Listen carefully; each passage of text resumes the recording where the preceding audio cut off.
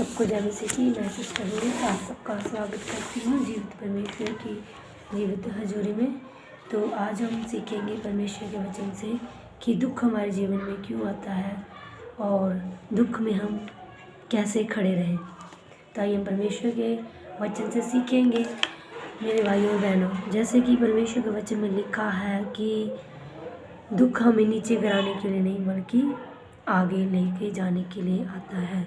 परमेश्वर का वचन कहता है और परमेश्वर का वचन कभी भी झूठा नहीं होता। आपने अय्यूब के बारे में भी सुना होगा, रूत के बारे में भी सुना होगा। ऐसे बहुत सारे जन हैं जो परमेश्वर के वचन में जिनके नामों का जिक्र है, जो जिनके जीवन में बहुत सारे दुख परेशानी आई, पर उनको वो नीचे गिराने के लिए आगे बढ़ाने के लिए आई। तो जैसे कि परमेश्वर के वचन में लिखा है कि हर अंधेरे के बाद क्या है, उजाला है, वैसे ही दुख के बाद क्या है, बड़ी आशीष है। आपने कभी ये रियलाइज करा होगा कि अगर हमारे जीवन में दुख मुसीबतें होती हैं तो कहते हैं ना, हर अंधेरी रात के बाद हर अच्छी सुबह होती है। वैसे ही अगर दुख हमारे जीवन में आता है तो कुछ पल या कुछ देर या कुछ दिनों के बाद हमारे जीवन में बहुत ही बड़ा आनंद होता है। जैसे हम मान लो कि वो एग्जाम्पल के तौर पे एक गर्भवती स्त्री है, 9 महीने वो क्या करती है, अपने पेट में एक बच्चे को रखती है। वो कितना दुख कितना कष्ट सहती है, उस बच्चे को पैदा करती है, दुनिया पे लाती है। जो दर्द वो बर्दाश्त करती है, वो दर्द कोई भी उसका महसूस नहीं कर सकता। पर उस दर्द को बर्दाश्त करने के बाद जब वो अपने बच्चे को देखती है, अपने हाथों में अपनी छाती के साथ लगाती है, तो जो आनंद जो खुशी उसे मिलती है, वही आनंद वही खुशी हमें हर दुख के बाद मिलती है। आप जानते होंगे कि जितने भी इस वचन को सुन रहे हैं, सब कोई ना कोई माँ होगी, कोई ना कोई बाप होगा। तो सबको पता है कि हर दुख के बाद क्या है, एक बहुत ही बड़ा आनंद है। तो ऐसे ही परमेश्वर के वचन में बहुत ही प्यारा वचन है रूत के बारे में। बहुत ही कह देना कि एक हिम्मत, एक हौसला देने वाला वचन है ये परमेश्वर का। दुख रूत जो थी वो हर दुख हर परेशानी में परमेश्वर के साथ क्या थी, वफादार थी। उसके घर में उसके ससुर की डेथ हो गई, उसके जेठ की डेथ हो गई, उसके देवर की डेथ हो गई, सब क्या उजड़ गया उसका सब कुछ। फिर भी वे क्या रही, बनी रही परमेश्वर में। वो इतनी दुख इतनी परेशानी में परमेश्वर के साथ वफादारी में चलती रही। उसकी जेठानी थी जो उसको उसकी सास को छोड़कर, उसे छोड़कर, घर को छोड़कर क्या करके अपने घर चले गए अपने बच्चों को लेकर। और जो रूत थी उसकी सास ने उसे बोला कि तू भी बेटा भी अपने घर चली जा, तू एक नया जीवन शुरू कर सकती है। अभी तेरी बहुत सारी लाइफ, अभी तेरी बहुत सारी ज़िंदगी बाकी पड़ी है। अभी तो तू वैसे भी जवान है, तो अपने जीवन को आगे चला सकती है। पर रूत ने क्या करा, परमेश्वर के साथ वफादार रही, अपनी सास के साथ वफादार रही।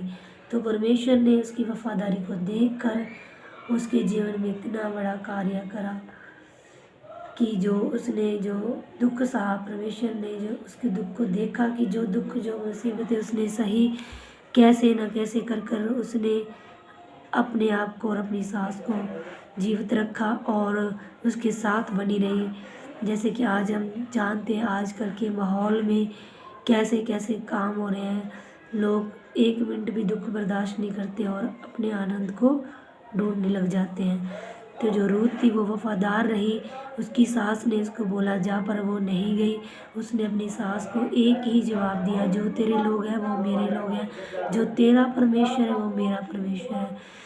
तो मेरे भाई और बहनों, हमें ऐसे ही वफादारी से परमेश्वर के साथ चलना चाहिए। जैसे कि रूत ने जो वफादारी परमेश्वर के साथ निभाई, दुख में होते हुए परमेश्वर के साथ चली, अपनी सास के साथ रही, तो परमेश्वर ने उसके क्या करा, दुख को आनंद में बदल दिया। जिस खेतों में वो काम करती थी, जिस जगह पे वो काम करती, उस खेतों के राजा से उसकी क्या होगी, शादी होगी। तो वो एक बहुत ही अच्छी रानी बनी, वहाँ उसकी इज्जत बढ़ी, लोग उसे सलाम करने लगे, लोग उसके आगे झुकने लगे। क्यों? क्योंकि वो परमेश्वर के साथ क्या थी, वफादार थी। तो ऐसे ही अगर हम परमेश्वर के साथ वफादार रहेंगे तो परमेश्वर हमारे जीवन में बहुत सारी आशीषें देगा। क्योंकि वचन में लिखा है, जो कल्पना मैं तुम्हारे विषय में करता हूँ हानि की नहीं परंतु लाभ की है। जो हम सोचते हैं वो हम तो छोटा सोचते हैं, पर जो परमेश्वर हमारे लिए सोचता है बहुत ही बड़ा सोचता है। वो हमारी सोच से भी परे सोचता है। हमने कभी सोचा भी नहीं है जो हमारे जीवन में वो कार्य कर देता है। और ये तभी असंभव है, तभी हो सकता है जब हम परमेश्वर के साथ हर दुख हर मुसीबत में क्या करेंगे, बने रहेंगे, परमेश्वर का धन्यवाद करते रहेंगे, तो परमेश्वर हमें आगे बढ़ाएगा। तो मेरे अजीजों, मेरे भाई और बहनों, मैं आशा करती हूँ कि इस वचन के द्वारा परमेश्वर आपको ब्लेस करे और आप जान गए होंगे कि अगर आपके ऊपर कोई दुख आता है, तो मुसीबत आते हैं, तो आप डरे ना, घबराएं ना, उस दुख में उस मुसीबत में डटे रहें, खड़े रहें। ये शरीर जो मिट्टी है, मिट्टी में मिल जाएगा, ये नाशवान है, इससे मत डरे, उससे डरे जो आत्मा और शरीर दोनों को घात कर सकता है। तो मैं आशा करती हूँ कि परमेश्वर के वचन के पढ़े और सुने जाने पर आपको बहुत सारे आशीष मिले और आपको ये सीख मिली होगी इस वचन से कि हमें दुख में भी परमेश्वर के साथ वफादार रहना चाहिए। अगर हम दुख में खड़े रहेंगे तो परमेश्वर हमारे जीवन में बहुत ही बड़ा काम करते हैं। सबको जय मसीह की। परमेश्वर आपको ब्लेस करे। God bless you.